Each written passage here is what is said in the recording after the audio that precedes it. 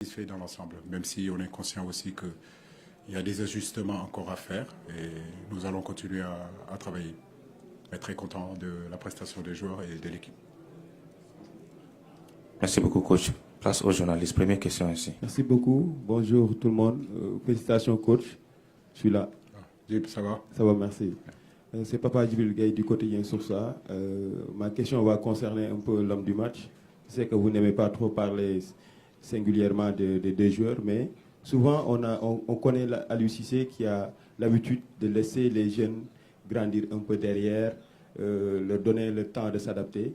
Et qu'est-ce qui a fait que Lamine, pour sa première CAN, tu l'envoies et il donne satisfaction? D'abord, Lamine, tout le monde le voit venir. C'est un jeune joueur, il faut le laisser tranquille. Encore, je le dis, il faut le laisser tranquille. Je vois déjà vos titres de journaux avec sa photo devant. Mais c'est un jeune qui est amené à progresser. Effectivement, il y a des situations comme ça où aujourd'hui un garçon comme Nampalys Mendy qui est blessé, un garçon comme Gana Gueye qui n'est pas là, qui est absent, Pape Matar Sarr qui s'est blessé.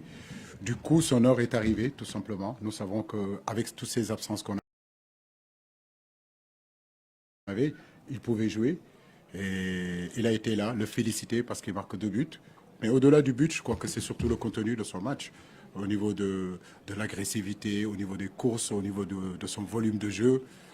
On a l'impression déjà qu'il est aguerri. Maintenant, comme je le dis, c'est un match. Voilà, on a joué, on a, Inch'Allah, c'est ce qu'on veut, jouer 7 matchs. Il a joué un match où effectivement il a montré toute sa classe. Il a montré vraiment que tous les espoirs qu'on portait sur lui, on pouvait vraiment en avoir. Mais je le dis et je le répète aussi, les jeunes joueurs, il faut les laisser venir. Il faut, sur le plan médiatique, ne pas trop les enflammer, mais justement, les encourager à rester quand même humbles parce qu'il a encore 20 ans devant lui de carrière. Ça ne suffit pas d'être bon sur un match, ça ne suffit pas d'être bon sur une compétition ou sur un championnat. Pour être un grand joueur, il faut être vraiment, comme on dit, régulier.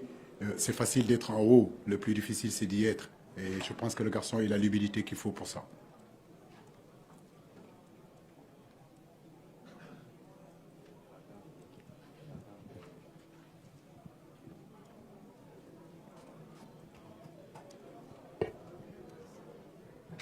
Merci. Bonsoir, je suis Angéline Aïcha des AT Communications ivoirienne. Alors, coach, le coach qui vient de partir dit qu'il est très satisfait de la prestation de son équipe. Vous, en tant que coach adverse, êtes-vous satisfait aussi de cette prestation? Le son est très faible, on n'entend pas ce que vous dites aussi. Comme ça?